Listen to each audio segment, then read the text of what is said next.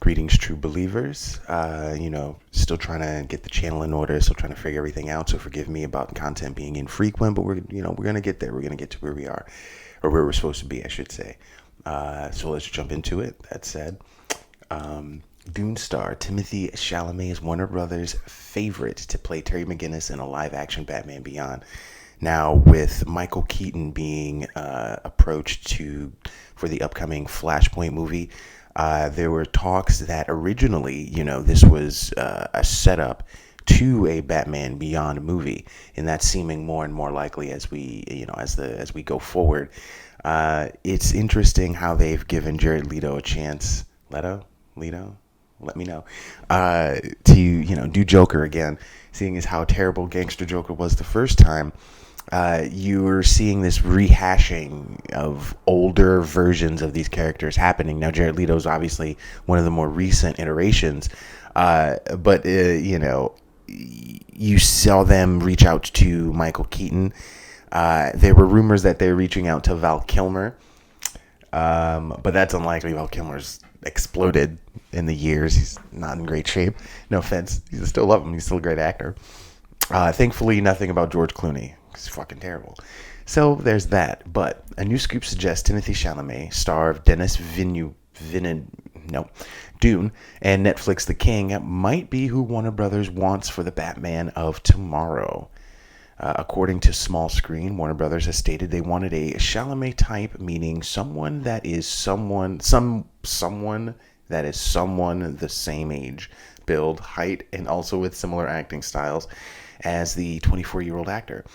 That's slightly older than the teenager Terry McGinnis in the animated series, obviously, but the feeling is that Chalamet's acting will get him over that hurdle. The Small Screen reports, I don't think it's a big deal. Besides, he kind of looks like a kid. So, the Small Screen report adds Batman Beyond is being adapted as an HBO Max series, with their sources allegedly stating that Warner Brothers Pictures and HBO Max is on the search for an actor a bit like Timothy Chalamet. I don't know. For the role of Terry McGinnis, I just noticed the accent over the E, and I'm like, have I been saying this wrong? This would be for Batman Beyond. They want someone like him, but they're not actively trying to cast him. However, Mikey Sutton reports for Geekosity that while Chalamet is merely the studio standard for the casting, his sources corroborate that Chalamet is who they want for a Batman Beyond movie. Though Sutton and Small Screen disagree on a few details, both write-ups concur that he is very sought after, and his rising star would ignite tremendous excitement in the project. The only complication is his schedule, because they can't take him off of Dune. As Chalamet has 4 movies in some phase of production, with a few ready for release, including Dune, in which he plays the lead, Paul Atreides. Sutton also writes in further contradiction of Small Screen's report that while Batman Beyond is reportedly in development as an HBO Max show, AT&T is pushing for a theatrical release if Chalamet can be signed.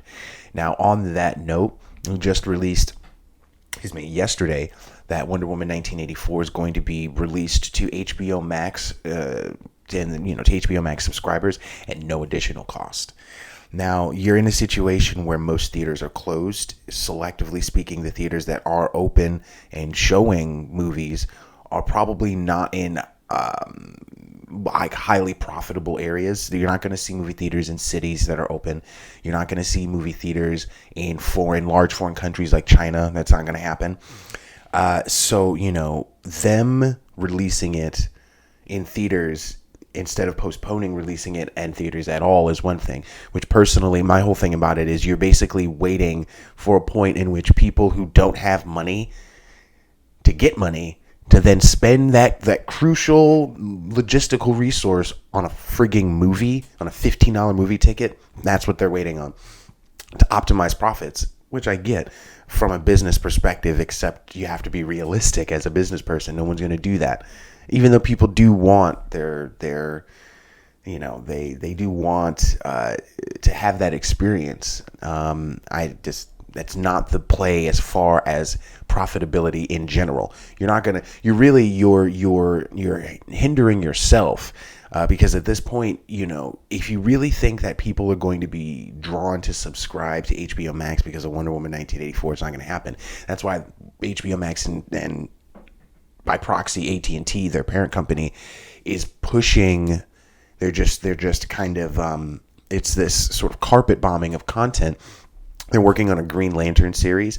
They have the upcoming Zack Snyder Justice League four-parter.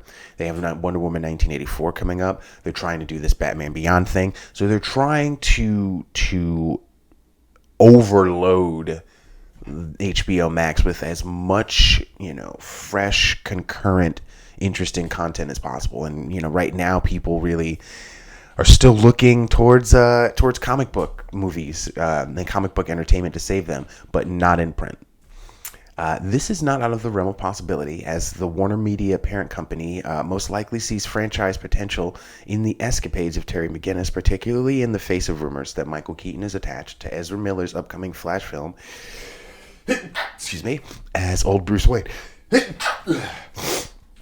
mentor of the fledgling Batman. I'm going to leave that in the video. Of course, this rumor, but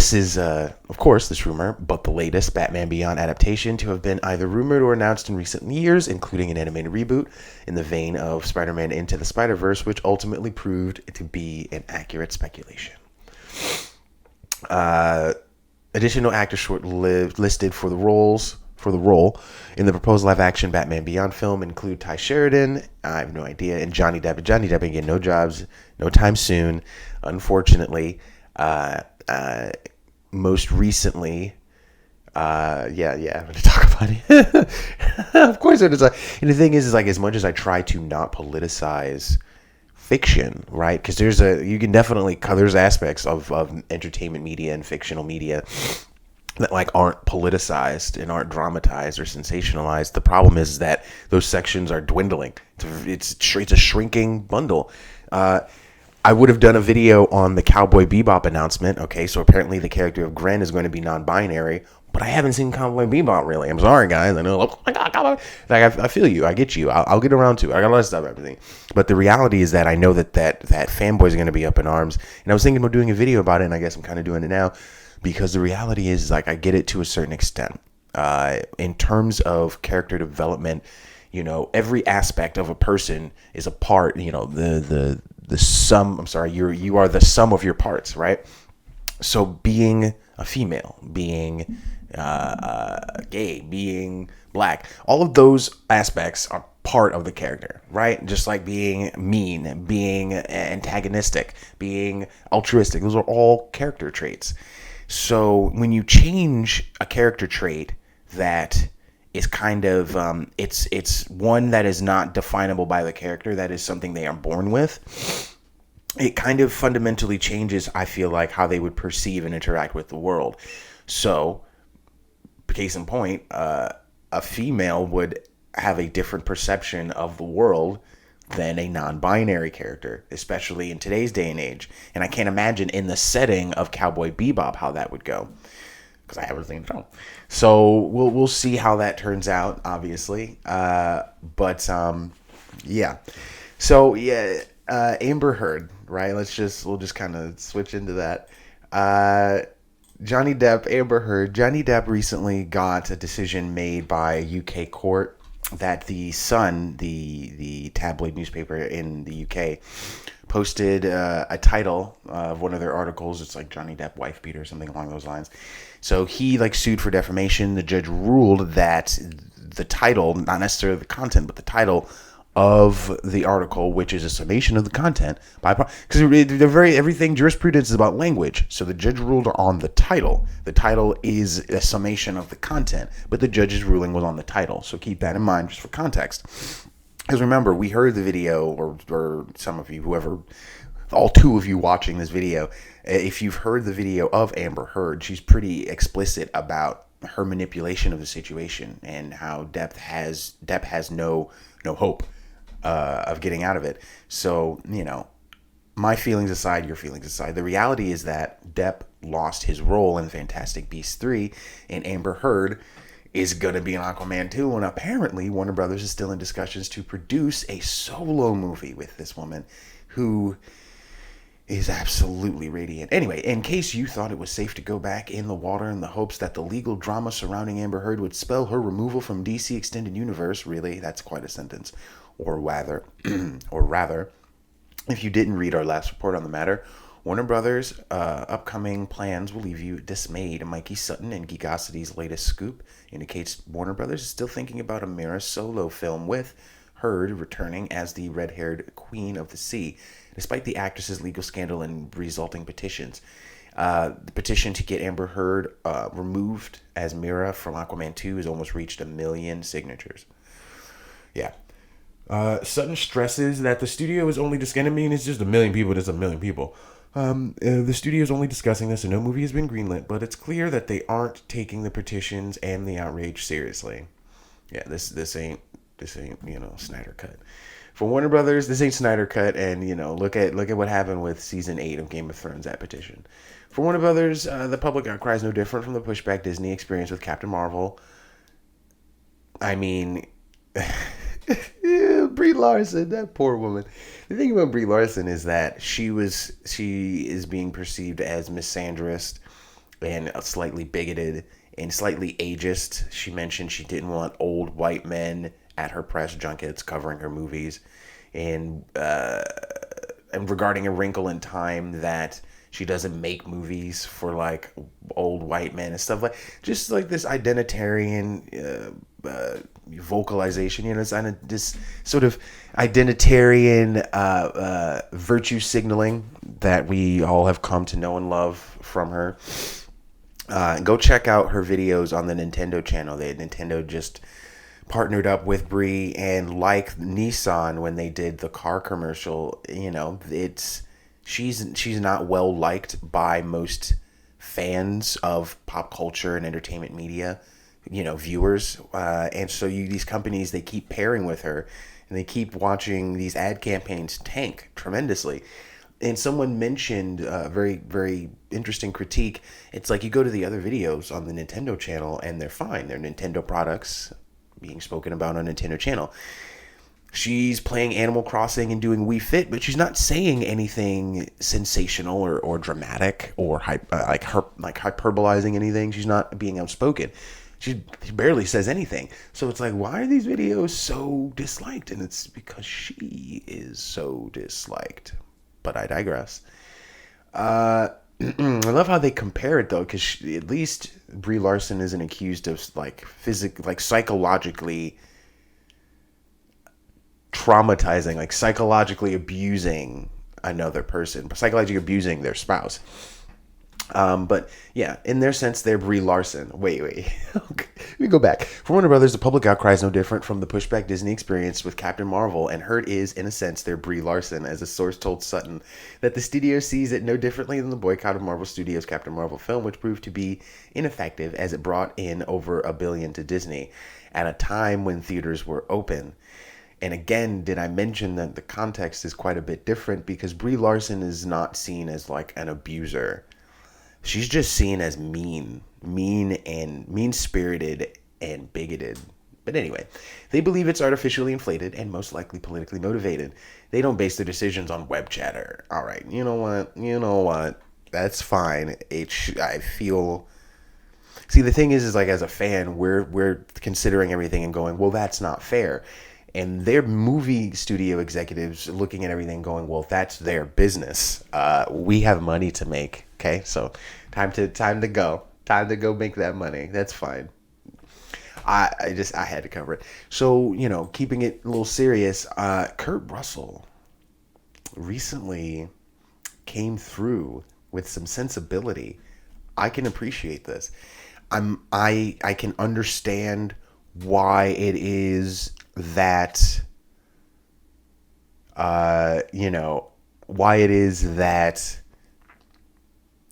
celebrities, actors, thespians, entertainers would want to use their platform. I'm reading things on the side, and that's what I want to use their platform as a means to convey their opinion, as a medium of a vehicle of influence. I get that. The fact of the matter is that you do have the ear and the eye of a lot of people, so why not?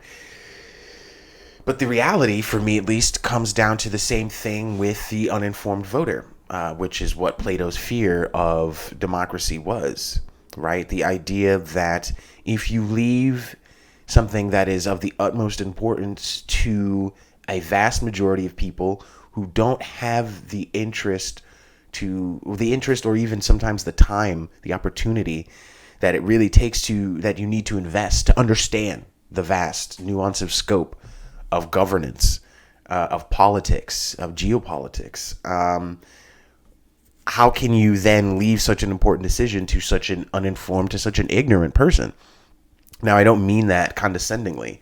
I know a lot of people really, they hear that and they take it condescendingly, and that's because no one likes to be told they don't know what they're talking about. You have to humble yourself and realize, like, you have the compendium of human information, human knowledge at your fingertips. If you don't know something, if someone tells you don't know something, you can simply rectify that by learning it.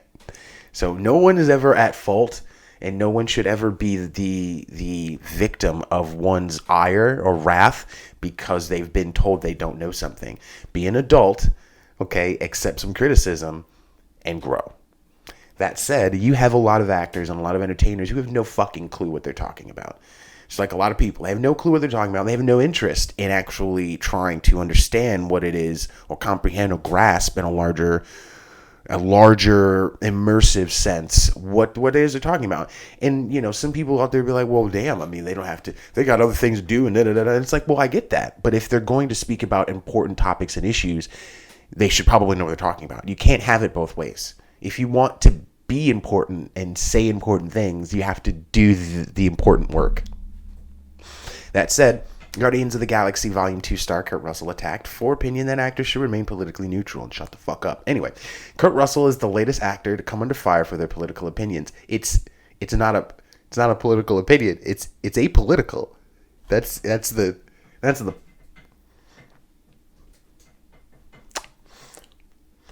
Though, in a surprising twist, the Thing in Guardians of the Galaxy Volume 2 stars being attacked for his holding of any... What? But it's... Okay, let me stop. Kurt Russell is the latest actor to come under fire for their political opinions. Though, in a surprising twist, the Thing in Guardians of the Galaxy Volume 2 stars being attacked for his holding of any particular ideology... Jesus, copy editor.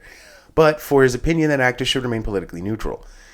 In the world of 2020, it seems every social media post from a celebrity is an endorsement of a political movement, to the point where it's a genuine rarity when a celebrity doesn't chime in with their opinion about the current climate nowadays. As such, it's refreshing when a celebrity does the opposite and takes a stand against the zeitgeist. Always underdogs and counter movements. But the thing is, you don't want to get... that's another video. Sticking to their guns and keeping their business about entertainment. And that's another thing. What about professionalism? Right? I understand. It's a balance. But whatever tact and neutrality such an actor may attempt to exercise in the political realm, folks looking to call them out will never be far behind, of course. Such is the case with Kurt Russell, who found himself the target... Oh, by the way, they are remaking Escape from New York. Heads up. Who found himself the target of an outrage mob following the publication of his recent interview in the New York Times, of course, done in promotion for his upcoming film The Christmas Chronicles 2, due to his advocacy for actors to refrain from using their celebrity as a political stage. During his interview, after being asked if he stood behind his previous statements calling for actors to remain politically neutral, the the Living Planet actor replied, "Totally." I like that, though. How they kind of did that juxtaposition. I've always been someone who felt we are court jesters. You're entertainers. You're adult pretenders, as Nerdrotic would say. Shut up. That's what we do. As far as I'm concerned, you should step away from saying anything so that you can still be seen by the audience in any character. There's no reason entertainers can't learn just as much as anybody else about a subject, whatever it is. Boom. But I think that's what's sad about it, is that they lose their status as a court jester. And I'm a court jester. That's what I was born to do. My man. I can appreciate, and that's a very nuanced take. Like, hey, they can go and inform themselves, and there's the thing. There's like one extra step I would have wished he would have taken. It's like, yes, there's no reason entertainers can't learn just as much as anybody else about a subject, whatever it is. It's just unfortunate that a lot of the time they don't. Moving on. The Stand, the miniseries remake, is about to come out sometime soon. CBS All Access, and they just came out. Ezra Miller, the Flash, is Trash Can Man. It was played by Matt Frewer, whose name I keep forgetting over and over, and I'm pretty sure it's Frewer. Let me know. Yeah, it was Matt Frewer. I did it. Yay! And I don't know. I'm not sure how I feel about Ezra Miller playing it. He's kind of a weird, eccentric guy in real life, so maybe he will embrace the role accurately. It should be fun. It appears that CBS All Access has found the right face for Trash Can Man in the Stan TV series. EW broke news that Justice League star Ezra Miller will portray Donald Elbert, aka Trash Can Man, in the upcoming series. The media outlet also offered a first look at the character in the interview. It's so different from any way that anyone has seen Ezra before, and he's so committed to it. Cavill said he's a huge fan of the book and has fallen in love with the character and wanted to play it for a long time. On our first call, he described Trash as the embodiment of pyromania. Yeah, because he's a pyromaniac. See, the actors... Never mind, let me stop before this video gets too long. The only thing this guy was capable of, and the only area of his life he was comfortable, were with explosive and instruments of fire and destruction. Thanks. That said, that's what we'll be covering for today. Hopefully, I'll try to come out with something a little later and get a schedule going. We'll see, but if you like what I'm doing, please like and subscribe, and tell your friends, share the video. Be well to each other, and have a good day.